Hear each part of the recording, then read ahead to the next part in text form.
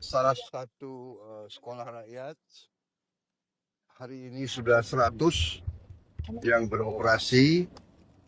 Saya dapat laporan akhir September, 2 minggu lagi, 3 minggu lagi akan jadi 165 sekolah rakyat.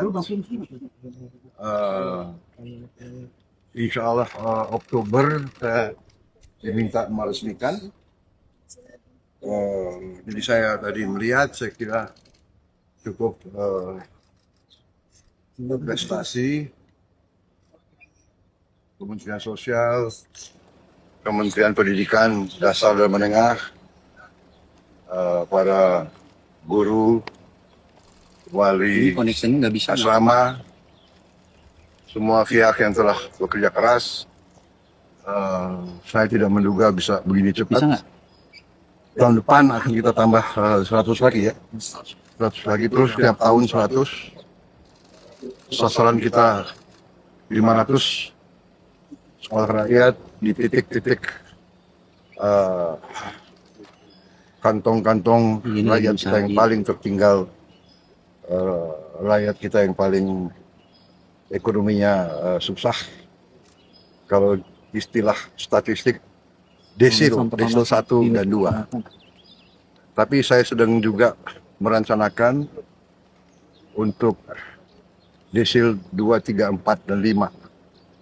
Ini sedang kita rencanakan ya, supaya semua anak-anak kita harus mengalami pendidikan dengan fasilitas yang bagus.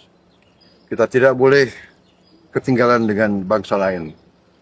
Itu cita-cita kita.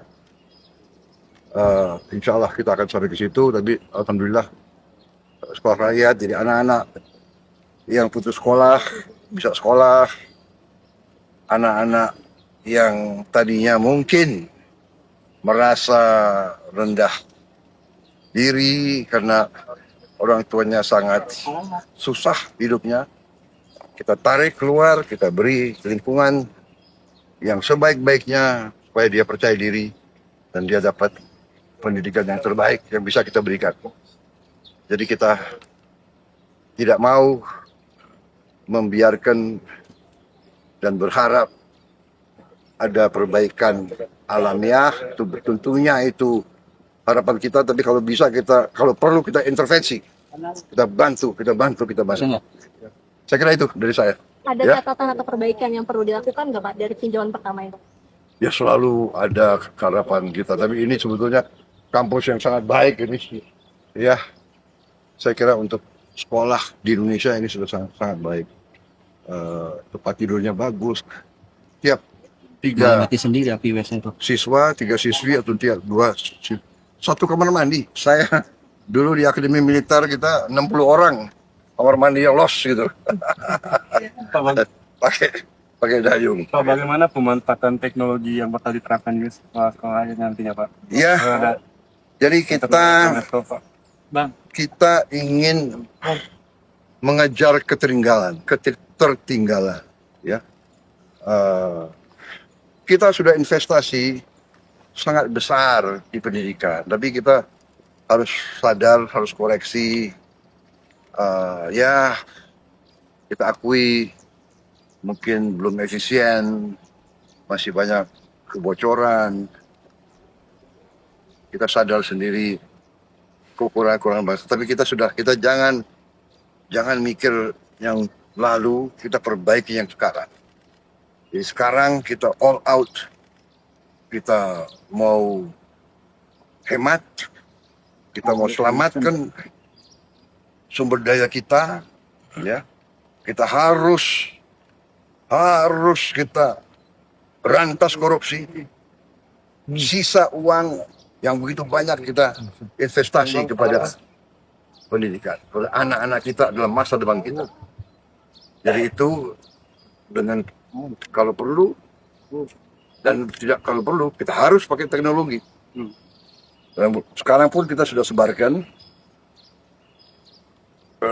tapi baru mampu satu sekolah, satu layar digital pinter, istilahnya smart digital screen, smart television.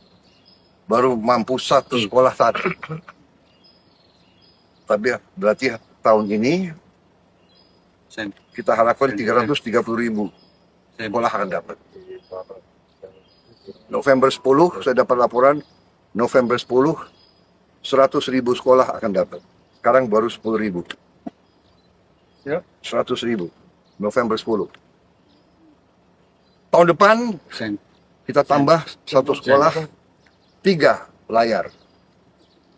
Idealnya nanti satu kelas 1 layar. Di situ pelajaran-pelajaran dengan konten yang terbaik, animasi, dan kita bisa long distance education, tele education. Karena apa?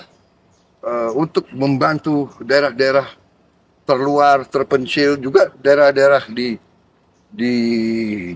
Jawa, Sumatera, Kalimantan, Sulawesi yang guru-gurunya kurang guru, atau gurunya juga mungkin penatarannya agak terbatas.